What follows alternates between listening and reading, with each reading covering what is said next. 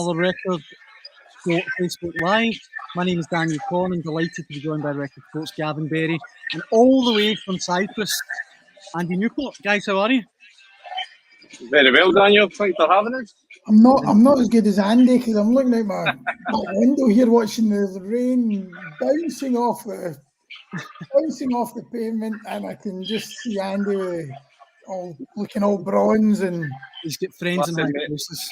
Listen, it's a cold face out here, honestly, Gav. You wouldn't believe it if I told you half the stuff that I think I have to do. So. Well, Andy, I'll maybe start with yourself. Out there, obviously, had the Rangers Europa League game against Limassol tonight. I think it's fair to say, I wouldn't be understating things by saying it's been a very tumultuous week for Rangers. Yeah, I mean, it's obviously it's not been the start to the season that the club had been looking for. Obviously, it's come to took a toll at the weekend. Michael Beale having to step down the lead of his duties after the defeat to Aberdeen. Stephen Davis now put in temporary charge. So, yeah, it's not the ideal start by any stretch of the imagination that the club are looking for. And it's now up to Stephen Davis to try and get this squad back firing and get a big result tonight. And they obviously got a great start against Real Betis in the first game. Probably the only result of significance this season the team's managed to put together. So, if they can get another result here, we'll go a long way to securing their qualification for the knockout rounds. But you say, with the way this team's playing right now, you really can't take anything for granted. Do you think, Andy, Steve Davis will make significant changes tonight? I suppose he can't really make too many changes, can he? Not with the level of injuries that they've got. Obviously, like 6 or 7 guys have missed out. They're really down to the bare bones. And, I think you're going to see quite an understrength bench as well. So obviously there's the boost of having Kamar Roof travel, Nico Raskin. We need to see if those two are fit enough to start. But you would think that they would certainly, if they're fit, they would come into the team. But as you say, I can't see it being too different from what Michael Beale was having to work with because of the level of injuries that the club are carrying right now. In terms of an interim appointment, Gav, I think Steve Davis is actually quite a good idea because he's okay, he's not getting any managerial experience, but he's definitely well respected and he's kind of spoken in odd tones around Ibrox.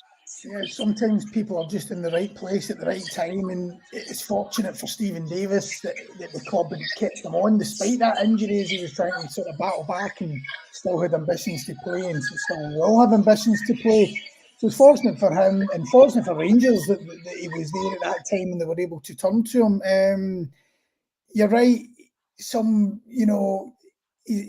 been a captain, so he is a leader, but he's obviously not one of these players. Steven Gerrard was a captain and a leader, but very different kind of characteristics to Stephen Davis, who's much quieter but still effective. And I think that's the way he'll go about his business. Obviously, everybody's got different styles, but I don't think, you were talking about changes there, and he can't make wholesale changes anyway, as Andy said, because of the personnel that's available to him. But I don't think he'll take a guy that would come in and ripped everything up anyway. I think, and he even said it himself, he'll just make sort of minor tweaks. But yeah, he's already got the respect from the dressing room, which is a start. But it will be interesting, 140 caps. He's the record holder, isn't he, for an international in the UK. He's won trophies in Scotland. He won a trophy with Southampton. He's played at the top level, both sides of the border. But I just wonder, even for somebody like that who's experienced so much in the game, been to major tournaments with his country, played in cup finals, how it'll be standing in that dressing room, when you're faced with all those players, lined up. I've spoken to people before who've not quite at that level and not had the career that Stephen Davis had, but even at a lower level, and they talk about that moment, standing, making the first ever team talk, their legs go to jelly. You can imagine that. I just wonder how he'll deal with all that, because there is pressure there. It's all right saying he's caretaker, but there is a bit of pressure there. Even if he has only got these 2 games getting into international break, even for those 2 games, Rangers, more so on Sunday, I mean, they could probably afford to not win tonight, even lose, and because of the Betis result, you would still fancy them to progress. But certainly on Sunday, there's going to be pressure there. Rangers can't afford to let Rangers be completely off this season. They've got to try and make sure the gap doesn't get any bigger. So when the next manager does come in, and it might even be Stephen Davis after the international break, but we'd expect him to appoint before then. He doesn't want that gap to get, assuming Celtic win on Saturday, he doesn't want to be sending Rangers into international break 10 points behind. Mm-hmm. Absolutely. I mean, I guess that I'm putting you guys on the spot here a wee bit, Andy. Plenty of names mentioned for the Rangers job. Is there anyone that jumps out at you, or maybe not even a name, profile? I think it needs to be an experienced manager this time around. Yeah, I think the days of the Rangers fans accepting a sort of project manager or somebody who can come in and use Ibrox as somewhere to sort of prove themselves are really over. The way this team has performed, the way the lack of trophies that have been picked up over the last recent seasons really means that you have to go out, push the ball out and get somebody who's as close as possible to being a guaranteed success. Obviously, we know that when it comes to picking managers, you can never guarantee that they're going to be successful, but Rangers really need to do as much as they can is to mitigate the risk and to reduce that risk. They have to get this decision right, because it's been far too long for a club of this size to not be winning trophies. That the front of a real breaking point with this board. I think they've had enough of repeated promises falling flat. So it's going to be a huge decision. I mean, we were asked to write in the paper earlier this week who we thought would be an ideal fit. I like the guy Knutson at Bodo Glimt. I think he's plays a fantastic brand of football. He's shown he can work in a budget. He's had a team that's was unheard of minnows. Was at fourth tier in Norwegian football only a few years ago, and had them sort of punching well above their weight in Europe. So something like that would excite the fans. But obviously other names in the list. Obviously James Bisgrove has remained behind in Glasgow this week. Hasn't travelled out with the team, so he can start that interview process and start taking his way through the shortlist. I'm interested to see who they go with. But undoubtedly, the board, James Bisgrove, John Bennett, they are under huge pressure to get this decision right. Andy, I did read you saying Knutson in the paper earlier in the week, because I was going to ask you on the Rangers podcast on Monday, but you were too busy gallivanting and get ready to go in Cyprus. So I had to read it in the paper. I'm glad you had time to give us your thoughts and between all that travelling. But no, in all seriousness, Andy, he is obviously a manager who has been talked about a lot. He knocked back Ajax, didn't he?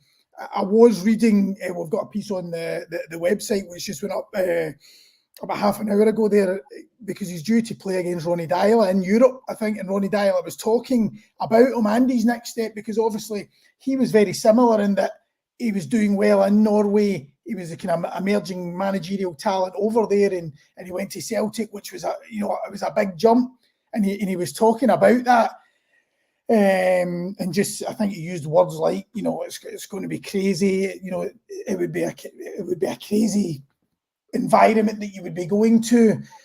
Does that worry you slightly? Because if you look at Ronny Deila, as much as he did have success at Celtic, it was a time when he wasn't really facing Rangers. He did face some, obviously in that semi-final which he lost, proved the final straw for him.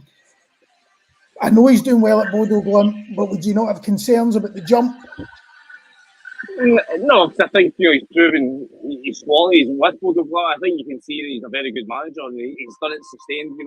Ronny Deila, was the best one in the world. I think won one title with Strongest Set. I think Knutson's he's done it in 2, 3, 4 over a period of 2, 3, 4 years.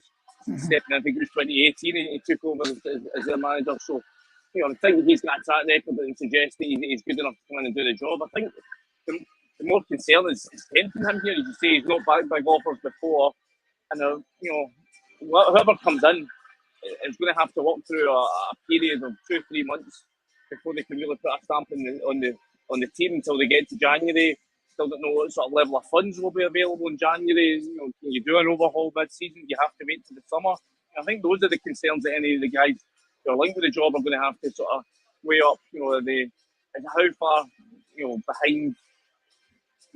Is this team going to remain for the rest of the season? And what damage does that then do to you? Because I think there's no doubt that Michael Beale, he didn't perhaps make the sort of impact that the Rangers supporters were hoping last season. He didn't eat into the Celtic League quite as much as they would have hoped. They didn't obviously win a trophy last year.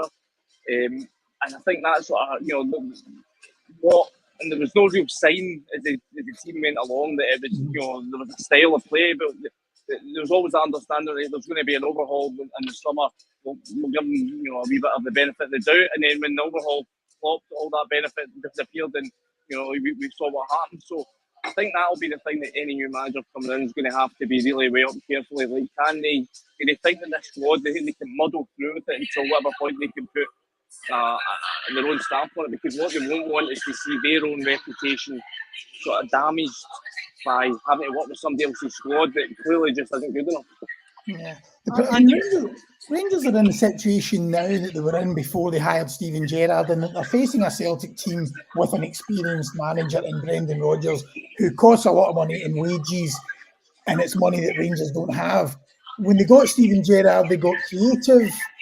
They perhaps got a little bit lucky in that Brendan Rodgers left in his first season, so he wasn't facing such a tough challenge, and he eventually got the title. So it paid off. Brendan Rodgers is obviously back, and Rangers are now back in the same position where they're having to get a manager who can compete with a dominant Celtic team. And if you don't have that money to go out and get somebody like that, then you either have to get creative, or that's why I think somebody like Derek McInnes wouldn't be such a bad option, because you're eliminating a lot of the risk that you would have with some of the other candidates, because you know what you'll be getting. Someone who knows the club, someone who has experience of Scottish football, someone who has shown that, he's already beaten Rangers and Celtic this season with a Kilmarnock side. That's why I can definitely see an argument for Derek McInnes. But I also think if I'm putting myself in the shoes of the Rangers board, I just think they would be too scared to make that appointment because of the fans' reaction. There just seems to be they just would not accept them. That's definitely the goodwill amongst the support has pretty much vanished. Supporters are, as I said earlier, they're fed up. They've heard so much come out of this club before about what's going to happen, what's going to be on offer, and it's just not materialised. And so now you're looking at the stage where, even if you think you bring in somebody like Derek McInnes, you thought he was the best man for the job, because he's perhaps not got that stellar name, that that razzle dazzle about him that'll excite the fans really. Then that means that he comes in, if they appoint him, he doesn't get that benefit of a honeymoon period. It's a bit like Michael Beale had. Michael Beale, as soon as he lost that semi-final at Celtic, the honeymoon period was over, and the nights were out for him effectively, and it's fallen apart very quickly this season. So I think that's again what they have to get somebody in that's going to excite the fans and try and just calm down the sort of level of it's bubbling away. We've seen the images of like Tavernier and Jack Button coming out of Ibrox last week. The punters are just, they've had enough, and it doesn't bode well if they get this decision wrong. So I think that's they're under huge pressure to make sure they get the right man in. I agree with you. I agree with you totally. But the thing is, if you go and just make an appointment, to appease, that you think is going to appease the fans, but it's not the right appointment, you're going to end up in the same position 10 months down the line again, or a year down the line. So if you think Derek McInnes is the right man, I wouldn't be worried about the reaction, because if he gets victories, and that's what Rangers need, then they'll soon be on side. We all know how it works, with football fans. But you saw on side. Rangers need somebody now who can come in. The first thing you have to do is bring a bit of stability, win games domestically, and get the League Cup in the trophy cabinet. That's not a given. Maybe do the semi-final against Hearts, maybe the final. That's your first priority. Someone like Derek McInnes could do that. Someone like Derek McInnes could absolutely do that. There's no guarantee you would get that with the other ones. Now, some of the other candidates may work out better on the long term. I don't know, but I think McInnes is a safe and steady bet. I don't disagree, but as I say, is it going to be someday? I mean, the Rangers job's a pressurised job at the best of times, but when you're already coming, you're stepping into this sort of not a frenzy, but certainly an environment where people are disgruntled. Then it just keeps another level of tension and pressure on you. So as I say, whether it's they're going to pick something, whether it be Derek McInnes or somebody else, they have to make sure it's the right decision. They have to do it with a conviction. Like, if you think back, obviously it's a different board to back then, but when Derek McInnes was last sort of linked with the Rangers job, they waited so long before making their move for him, and that just sort of led this sort of sense that it wasn't really the one that they went for, and they were just felt like they were sort of being bundled into it. If they decided Derek McInnes or anybody else is the man they want, they should go out and do it next week and get a couple of weeks off with the international break, get the guy in, give him a time to work with the squad. Obviously, the sounds coming out on the club over the weekend when we found out that Michael Beale was leaving was that they were going to take their time and get it right. That's fine. Give yourself a couple of weeks, but they can't allow this to drag on for week after week. There's a lot of games to be won. Like, as you say, the club does need stability, and if it gets to the point where you're 3-4 weeks down the line, Stephen Davis and Andrew are still standing at a dugout, I think that would start raising major alarm bells. So, I think it's just time for them to pick their man. By all means, take the rest of the week, go through the CVs, talk to them, but they have to come to a firm decision and then back them, and that means backing them in January as well, because as I say, this squad isn't anywhere near capable of challenging Celtic, and that's I think another thing they need to do is get a director of football in properly, because I don't think you can allow one man to have the keys to the castle as they did with Michael Beale. I think allowing him to go and do his own recruitment has turned out to be a major error, and we're now paying the price for it. When we were talking in the office earlier, Daniel, and the name Ralph Hasenhüttl come up, are you surprised there's not been more mention of him? He's not a name that I've seen bandied about that much. Yeah, I mean, I thought he did very well, obviously, in Germany. His time in Southampton sort of fizzled out, a couple of heavy defeats in there, 9-0. So I think those are the kind of results that fans remember. I mean, I think Rangers wanted somebody who's got a proven track record of success. Okay, Hasenhüttl did very well down at Southampton for a really initial part of his time there, but it sort of petered out. I think we'd be looking for somebody who's maybe coming in with on form, if you want to put it that way. They want somebody who's got their stocks high and ready to sort of take Rangers to the next level. I think that, it's a bit like the Frank Lampard situation. Frank Lampard did a great job at Derby, but he's coming. The suggestions are he's on the short list coming off of a really bruising experience at Everton. Obviously, short stint as caretaker at Chelsea, and he's really just not showing any signs that he's the sort of guy that can, coax a team that's in this kind of trouble it's in right now back to form. I think that's why the sort of fans have shown a little bit of they don't seem so keen on Frank Lampard. Well, it was the worst possible day for Rangers on Saturday. It was a dream day for Aberdeen. It was proving the final straw for Michael Beale with that 3-1 win at Ibrox. I mean, Barry Robson had been under a bit of pressure, but they're also playing tonight, Daniel, in the later game against HJK. But Andy, how do you see, how impressed have you been with the way Barry Robson has sort of come back from that, the pressure that was building on him? Because in their first Conference League game, they went to Eintracht Frankfurt, and I mean, a lot of people were predicting a hiding. And what's that? Included, I think I tipped did you? Frankfurt for a 3 or a 4-0, so you've got to give them credit. They really thumbed their noses up to their critics. They've done terrifically well. They were terrific in Frankfurt that night. Obviously, thoroughly deserved their victory at Ibrox, so you've got to give them credit, because it did feel like that early start of the season, like League Cup semi-finals, we're looking a bit like which manager's under the most pressure. Obviously, Michael Beale's gone. Stephen Naismith just about stabilised things a wee bit hard. But Barry Robson's been the one who's really sort of got his team starting to head back in the right direction. So as I say, I think we'll get a result tonight. I think we'll win 1-0. I think it'll be, they'll have to maintain the levels they showed over in Germany and Ibrox. But I think if they can hit those heights again, they could very well get a big result and put themselves right back in contention for the knockout stages. Yeah, I think they'll win as well, Gav. I think they'll win comfortably tonight, and I think comfortably. I think they'll win by 2 or 3. Honestly, I think they're flying at the minute, and think how great that would be. Another Scottish team potentially looking at knockout stage football beyond Christmas. I get we're a wee bit early for that, but that'd be a brilliant result for them. Well, look, this, I think HJK, I'm just reading here, they're on, they've won the title 11 in the last 14 seasons, but I think they're on course, they're well ahead, aren't they? They're on course for the 12th. But I think there's a wee bit of pressure on them tonight, just because I think the way they fought back, against Hacken in the Europa League qualifier, there'd been high hopes. Pataudry sold out, the crowd were getting right behind them, and it never worked out that night.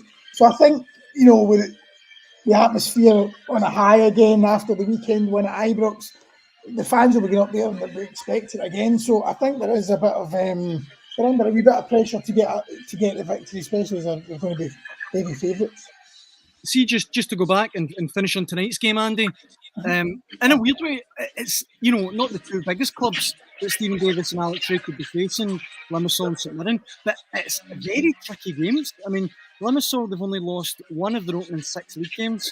I know they lost away to Sparta Prague in the last group game, but they were ahead, and it was only 3-2. They were a difficult team to beat. It's not going to be easy for them just tonight. Oh, and they scored goals as well. When you look through the qualifiers, I think they scored 6 goals in a couple of their early qualifying ties. So the team that carries a threat, and just looking, you can see behind me the pitch out there, it looks pretty dry, pretty bobbly. It's not really easy surface to play on. You add in the fact the injuries and just the heat as well. It's going to be a tricky tie, but it's one of these ones that you can try and look to the positives. If they can get a result, then that'll have a massive impact in the level of self-belief around the squad, which has really sort of been ripped out over the last couple of weeks. And then obviously St Mirren's another tough one. Last thing Rangers want to do is, not only lose points on Celtic at the weekend, but to find themselves 6 points behind St Mirren would be a pretty significant blow.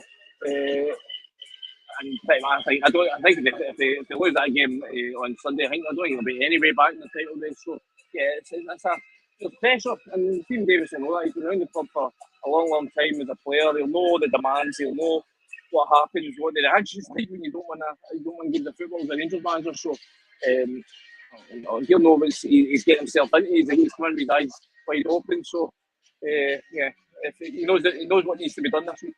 Last question, Andy. Will you make it back in time for the game in Paisley on Sunday? Well, mate, see, you better just get your laptop charged up just in case you get back to the film. It's been too long, mate. I bet the weather's even worse. I bet the weather's even worse in Paisley. I bet the weather's even worse. So just stay where you are, and what we'll do is we'll just...